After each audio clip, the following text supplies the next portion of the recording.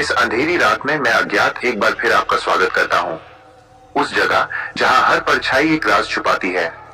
दोस्तों, हमारे इस चैनल पर आप सुनते हैं वो डरावनी कहानियां जो किसी और की नहीं बल्कि आपकी खुद की जुबानी बयां की जाती हैं। हर कहानी एक सच्ची आप बीती, एक ऐसा हादसा जो लोगों के जीवन में डर का साया बनकर आया। अगर आपके जीवन में भी कोई ऐसी डरावनी घटना घटी है जिसका रहस्य आज भी आपको सोने नहीं देता, तो बिना किसी हिचक के अपनी कहानी नीचे दी गई आईडीज पर भेजिए। हम आपकी पहचान पूरी तरह गुप्त रखेंगे। यहाँ काल्पनिक कहानियों का डिस्क्लेमर जोड़ें, और हाँ, कुछ कहानियां सिर्फ आपके रोंगटे खड़े करने के लिए पूरी तरह से काल्पनिक भी हो सकती हैं, जिनका वास्तविकता से कोई संबंध नहीं है। तो अपनी सांसें थामिए और दरवाजे बंद कर लीजिए, क्योंकि चलिए सुनते हैं आज की ये कहानी। संगीत धीमा होकर रुक जाता है। एक पल का सन्नाटा। कहानी शुरू।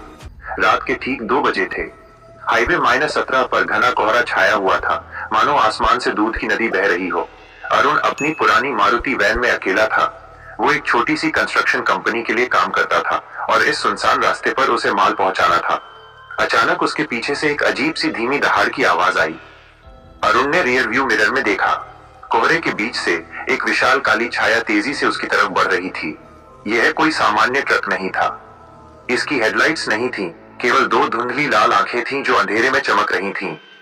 ट्रक का रंग इतना गहरा काला था कि वो रात को भी सोख रहा था। उसकी बॉडी पर जंग और खरोंचें थीं, लेकिन उसकी रफ्तार हैरान करने वाली थी। जैसे ही वो ट्रक नजदीक आया, अरुण को एक अजीब सी महक महसूस हुई, सड़ी हुई मिट्टी और लोहे का तीखा मिश्रण। ट्रक के इंजन की आवाज किसी मशीन की घरघराहट नहीं, बल्कि किसी भूखे जानवर की क्रूर सांस लग रही थी। उस ट्रक पर कोई लाइसेंस प्लेट नहीं थी, लेकिन आगे की तरफ टूटे फूटे अक्षरों में लिखा था, एम्ब्रोसिया एक्सप्रेस। अरुण ने घबराकर एक्सीलरेटर दबाया। उसकी वैन 80 किलोमीटर प्रति घंटे की रफ्तार पर कांपने लगी, लेकिन एम्ब्रोसिया एक्सप्रेस एक छाया की तरह उसका पीछा कर रहा था। ट्रक की गति में जरा भी कमी नहीं आ रही थी। तभी अरुण ने अपने कानों में एक फुसफुसाहट सुनी। ये इंजन की आवाज के ऊपर से आ रही थी, जैसे कोई उसके ठीक बगल में धीरे से बोल रहा हो। जल्दी क्या है? रुको, रुक जाओ। अरुण ने अपने सिर को झटक दिया।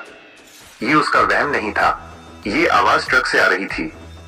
ट्रक अब इतना नजदीक आ गया था कि अरुण उसकी विशालकाय ग्रिल को स्पष्ट रूप से देख सकता था। ग्रिल पर सूखे खून के धब्बे थे और ट्रक के अंदर ड्राइवर की सीट पर कोई नहीं था। स्टीयरिंग व्हील अपने आप घूम रहा था। डर से अरुण का गला सूख गया। उसने सड़क के किनारे एक टूटे फूटे ढाबे की ओर तेजी से मोड़ लिया और अपनी वैन को पेड़ के पीछे छिपा दिया। अरुण छिपकर सांसें रोक रहा था।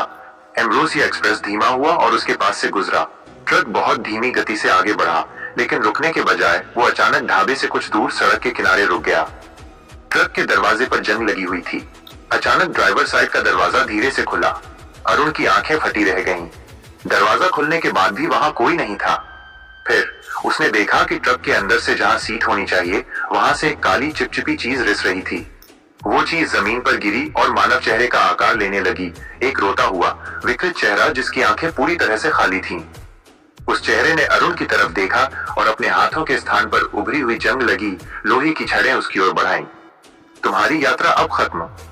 यात्री, मेरी सवारी का हिस्सा बनो। अरुण को लगा जैसे उसकी हड्डियां जम गई हों। उसे याद आया कि इस हाईवे पर कई सालों पहले एक ट्रक दुर्घटना में दर्जनों मजदूर मारे गए थे और उनके शव कभी नहीं मिले थे। अरुण ने चीखना चाहा, पर आवाज नहीं निकली। उसने अपनी वैन स्टार्ट की और उल्टी दिशा में बिना हेडलाइट्स के जोर से भागा। वो जानता था कि वो उस रात बाल बाल बचा था। अगली सुबह जब वो पुलिस स्टेशन गया तो उन्होंने कहा कि एम्ब्रोसिया एक्सप्रेस नाम का कोई ट्रक कभी हाईवे -17 पर रजिस्टर्ड नहीं हुआ। लेकिन अरुण आज भी हर रात उस भयानक दहाड़ को सुनता है और जानता है कि वो ट्रक, वो भूखा, निर्जीव और जान लेने वाला ट्रक अभी भी उस सुनसान हाईवे पर अगले यात्री की तलाश में है। अरुण उस रात के बाद से हाईवे -17 पर कभी नहीं गया, लेकिन एम्ब्रोसिया एक्सप्रेस का डर उसके मन में गहरे बैठ गया था। वो उस ट्रक के बारे में जानने के लिए बेचैन था। एक दिन उसे ढाबे वाले से पता चला कि पास के गांव में एक बुजुर्ग मैकेनिक रहता है जिसका नाम रघु है। रघु कई दशकों से उस हाईवे पर काम कर रहा था। रघु की झोपड़ी में अरुण को टूटे फूटे औजारों और इंजन के हिस्सों के बीच एक पुरानी तेल से सनी डायरी मिली। डायरी रघु के दादाजी की थी, जो 1950 के दशक में उसी हाईवे पर ट्रक मैकेनिक थे। डायरी में एक तारीख पर रघु के दादाजी ने लिखा था, आज फिर उस शैतानी ट्रक की आवाज सुनी। मालिक ने इसे एम्ब्रोसिया नाम दिया था, यानी देवताओं का भोजन। लेकिन ये देवताओं के लिए नहीं बल्कि यम के लिए माल ढोता था। इसमें 18 मजदूरों को ले जाया जा रहा था। जब ट्रक पुल से गिरा तो मजदूरों की चीखें ट्रक के लोहे में समा गईं। वे ट्रक में फंसे रहे और उनकी आत्माएं उसके इंजन की ऊर्जा बन गईं। ड्राइवर की सीट हमेशा खाली रहेगी, लेकिन अब ट्रक खुद चलाता है और वो कभी पेट भरता नहीं। रघु ने अरुण को बताया कि ये ट्रक केवल अकेले यात्रियों का शिकार करता है जो डर से भरे होते हैं। उसने अरुण को सख्त हिदायत दी, अगर कभी तुम्हें फिर वो दहाड़ सुनाई दे तो मत भागो। भागने का मतलब है उसे अपनी ओर खींचना। तुम्हें लड़ना होगा अरुण। ठीक 6 महीने बाद अरुण को एक इमरजेंसी कॉल आई। उसके बॉस ने दबाव डाला कि उसे एक जरूरी सामान रात में ही 17 नंबर हाईवे पार करके पहुंचाना होगा। पैसे की तंगी ने उसे हाँ कहने पर मजबूर कर दिया। रात 1:45 बजे अरुण की वैन हाईवे -17 पर थी। उसने रघु की चेतावनी याद रखी और कोशिश की कि वो डरे नहीं, पर उसके हाथ स्टीयरिंग पर कांप रहे थे। तभी वही धीमी क्रूर दहाड़ सुनाई दी। रियर व्यू मिरर में 2 लाल आंखें कोहरे को चीरती हुई नजदीक आ रही थी एम्ब्रोसिया एक्सप्रेस। इस बार अरुण भागा नहीं, वह जानबूझकर वैन को 40 किलोमीटर घंटा की धीमी रफ्तार पर चलाता रहा। ट्रक उसके एकदम पीछे आकर रुक गया। उसका विशाल बम्पर अरुण की वैन से बस 1 इंच दूर था। फिर वही फुसफुसाहट आई, लेकिन इस बार वो गुस्से में थी। तुम क्यों नहीं डर रहे?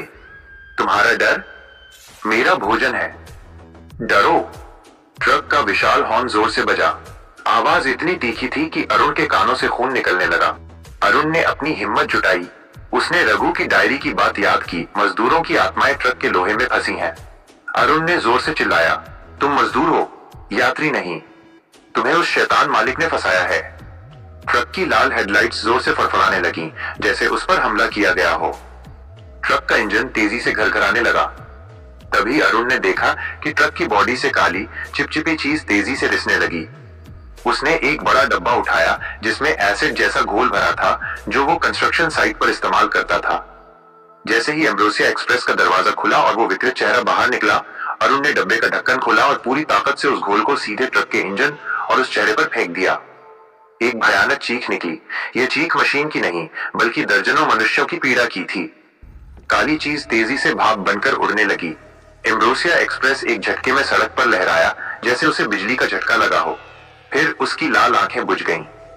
ट्रक अब केवल पुराना जंग लगा हुआ लोहा था, जो सड़क के बीचों बीच बेजान पड़ा था। कोई हॉर्न नहीं, कोई दहाड़ नहीं, कोई फुसफुसाहट नहीं। अरुण कांपते हुए अपनी वैन से उतरा और ट्रक की तरफ देखा। वो अब सिर्फ एक कबाड़ था। उसने हिम्मत करके ड्राइवर का दरवाजा खोला। सीट खाली थी, लेकिन फर्श पर उसे एक चीज मिली, एक पुराना जंग लगा हुआ मजदूर का ताबीज। अरुण ने ताबीज उठाया। उसने महसूस किया कि ट्रक के भीतर फंसी आत्माओं को शायद मुक्ति मिल गई थी। एम्ब्रोसिया एक्सप्रेस वहीं छोड़ दिया गया। अगली सुबह पुलिस आई और उन्होंने इसे एक पुरानी परित्यक्त अबैंडन्ड ट्रक दुर्घटना बताया। लेकिन अरुण जानता था कि उसने उस रात केवल एक ट्रक को नहीं हराया, बल्कि लोहे के खोल में कैद एक भूतिया भूख को खत्म किया था। कहानी यहाँ समाप्त होती है।